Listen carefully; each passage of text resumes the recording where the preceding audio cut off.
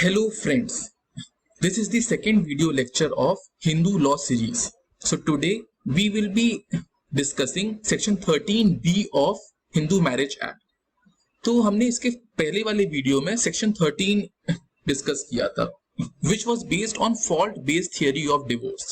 तो जो fault based theory होती है डिवोर्स की सेक्शन 13 में जो दिया हुआ है उसमें अगर हस्बैंड या वाइफ की कोई फॉल्ट हो तो ही हम डिवोर्स क्लेम कर सकते हैं। तो उसमें प्रॉब्लम ये हो जाती है कि सेक्शन 13 में कुछ ग्राउंड्स दिए हुए हैं फॉल्ट्स के, like cruelty, adultery, unsoundness of mind.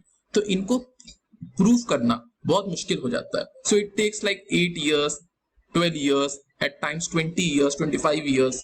तो इतनी जो मेंटल एगनी होती है, and in Hindu law entering into a marriage is easy but exiting the marriage is very difficult. You have to prove the fault. There will be allegations, then there will be some other claims. So it will take a lot of time.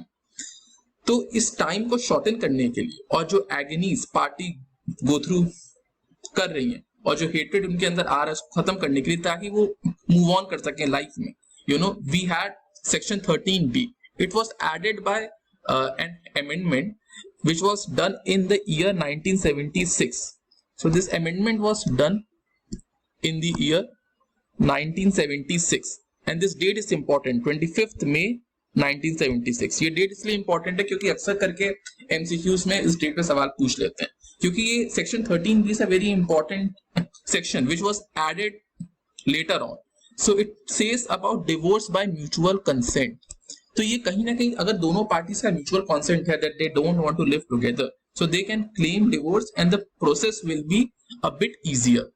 तो इसमें जो process है before filing the petition for the divorce, both the parties firstly they have to live separately for 1 year. ये इसका एक mandatory point है जो इसमें दिया हुआ है कि on the ground that they have been living separately. इसमें ये टर्म लिविंग सेपरेटली इंपॉर्टेंट है for the period of 1 year और मोर, ठीक है.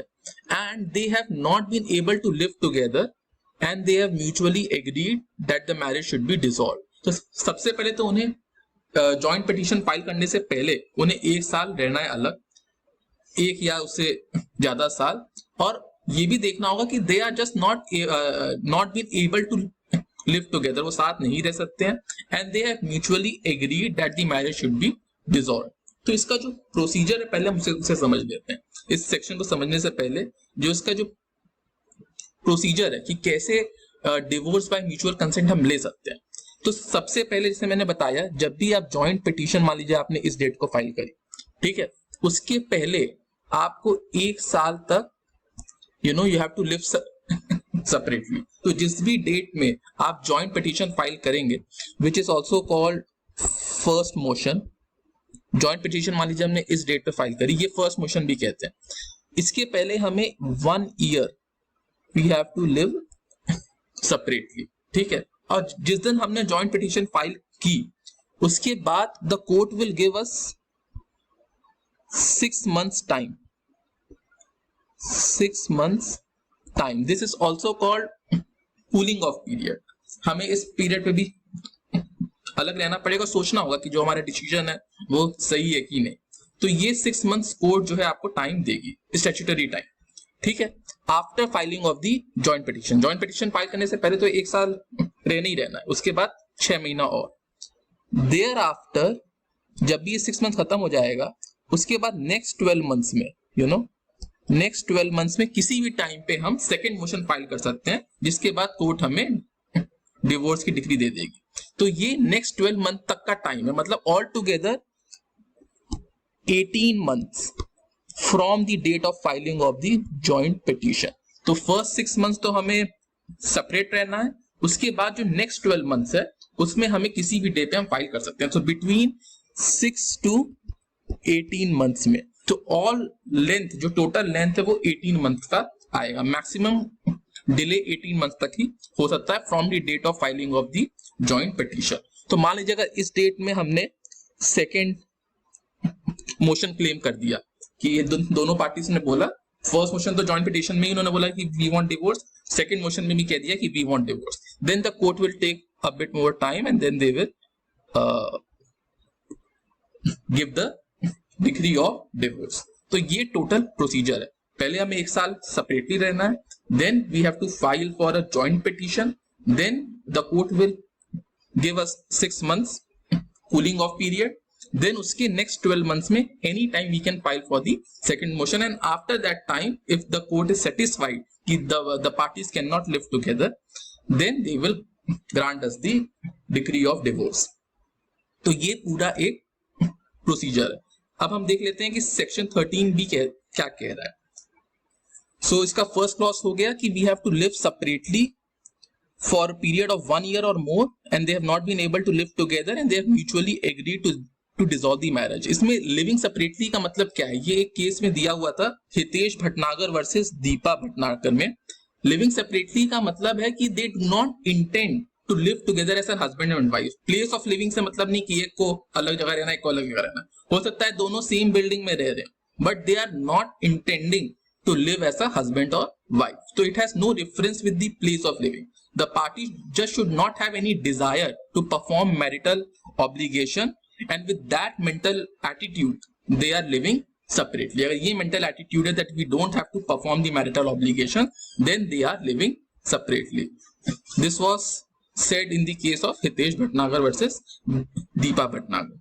अब जिसका second point है वही जो प्रोसीजर से रिलेटेड था वही है कि on the motion of both the parties made not earlier than 6 months after the date of presentation of the petition, मतलब जॉइंट पिटीशन. तो and not later than 18 months. तो ये जो 6 to 18 months है ये सेकंड मोशन की बात कर रहा है कि वो जो सेकंड मोशन है it will not be made earlier than 6 months. मतलब 6 months का आप एक स्टैट्यूटरी टाइम दे रहे हैं, and it should not be made later than 18 months. मतलब मैक्सिमम लिमिट 18 month है from the date of joint petition. ठीक है, जो मैंने आपको एक्सप्लेन किया वही पॉइंट इसमें दिया हुआ है. 6 months है, 18 months. और अगर ये पिटीशन विड्रॉ नहीं होती और दोनों का जो कॉन्सेंट है म्यूचुअल डिवोर्स का वो कायम रहता है, then the court will grant the divorce after it is satisfied that both the parties can not live together. अब देखिए डिवोर्स बाय म्यूचुअल कंसेंट में ना mutual consent is the most important. Divorce by mutual consent में mutual consent का होना बहुत ही ज्यादा important है. तो इसका अगर हम प्रोसीजर देखते हैं तो जैसा मैंने बताया कि 1 year और upward they are living separately, then one of the party can like both the parties will file for the joint petition which is also called the first motion. Then the court will give 6 months statutory period. Then from 6 to 18 months one can file for second motion और second motion के बाद degree मिल जाएगी. But her point में चाहे joint petition हो, first motion हो या second motion हो, दोनों पार्टी का कंसेंट होना बहुत इंपॉर्टेंट है. Mutual consent is the most important thing. अगर मान लीजिए जॉइंट पिटीशन ने कंसेंट दे दिया दोनों पार्टी से, बट सेकंड मोशन देते टाइम एक पार्टी ने कंसेंट नहीं दिया तो डिवोर्स नहीं होगा. तो आपके पास रेमेडी क्या है? रेमेडी है सेक्शन 13 में डिवोर्स लेने की, और वो काफी लंबा प्रोसेस है क्योंकि उसमें आपको किसी ना किसी की फॉल्ट प्रूफ करनी पड़ेगी. ठीक है, तो ये एक इसकी रेमेडी बचती है. फिर अब इसमें एक पॉइंट है, क्या मान लीजिए सेकंड मोशन पे भी कंसेंट दे दिया, ठीक है, लेकिन उसके बाद डिक्री आने में टाइम लग रहा है और उसके पहले उन्होंने कंसेंट विड्रॉ कर लिया, तो वैसा withdrawal of consent will be valid. मान लीजिए दोनों पार्टीज डिवोर्स की जॉइंट पिटीशन में तो दे दिए कंसेंट, सेकंड मोशन पे भी दे दिए कंसेंट के में अलग होना, बट डिक्री आने से पहले उन्होंने एक पार्टी ने कंसेंट विड्रॉ कर लिया, तो क्या ये पॉसिबल है? तो the answer to this question is that yes it is possible. आप डिग्री आने के पहले तक भी अपना कंसेंट विड्रॉ कर सकते हैं. लेकिन ये ऐसा काम करना क्या नाम है, बहुत ही बड़ा मेंटल एगनी क्रिएट करना है. तो जो भी एग्रीव्ड पार्टी उसके पास क्या ऑप्शन बचता है? वो चाहे तो आईआरबी के ग्राउंड में सुप्रीम कोर्ट के पास जाके डिवोर्स क्लेम कर सकता है under article 142 to do complete justice, irretrievable breakdown of marriage के ग्राउंड में. बट उसके लिए काफी समय पहले उनको अलग रहना होगा, कोर्ट सारे ग्राउंड्स देखेगी. It won't be an easy task to do, but as far as consent is regarding, it can be withdrawn before the passing of the decree also.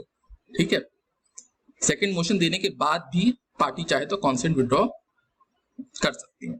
ठीक है, अब ये एक इसमें इंपॉर्टेंट केस है अनिल कुमार जैन वर्सेस माया जैन.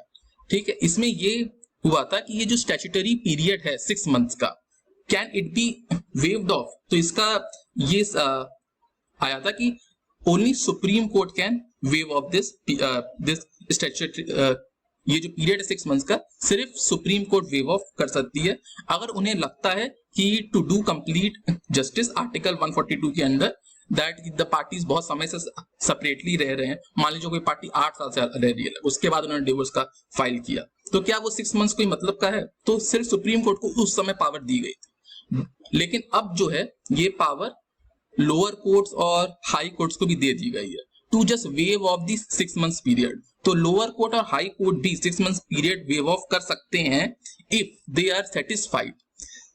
जो भी वो 6 मंथ्स का जो statutory period section 13B sub clause 2 में दिया हुआ है वो वेव ऑफ कर सकते हैं if they are satisfied that the parties are living separately for 1 year और अपवर्ड, मतलब 6-7 साल तक रह रहे हैं अलग, all the effort of mediation and conciliation are failed, और पार्टीज ने सारी अपनी डिस्प्यूट्स सेटल कर लिए, मतलब एलिमनी से रिलेटेड, कस्टडी ऑफ चाइल्ड से रिलेटेड, कोई भी पेंडिंग लिटिगेशन हो उससे रिलेटेड सारी अपनी डिस्प्यूट्स कर लिए settle, the period of 6 month then it won't be mandatory but directory, क्योंकि अब कुछ रह नहीं गया ना, मतलब ऑलरेडी पार्टीज इतने सालों से रह रहे हैं अलग और अब उन्होंने जॉइंट पिटीशन फाइल करी, सारे उनके डिस्प्यूट सेटल्ड हैं, they just want to live separately now. तो to add on their mental agony ये 6 मंथ्स को लोअर कोर्ट और हाई कोर्ट्स भी कर सकते हैं वेव ऑफ। लेकिन आईआरबी के ग्राउंड में डिवोर्स सिर्फ और सिर्फ आईआरबी मतलब इरिट्रीवेबल ब्रेकडाउन ऑफ मैरिज के ग्राउंड पे डिवोर्स सिर्फ और सिर्फ सुप्रीम कोर्ट दे सकती है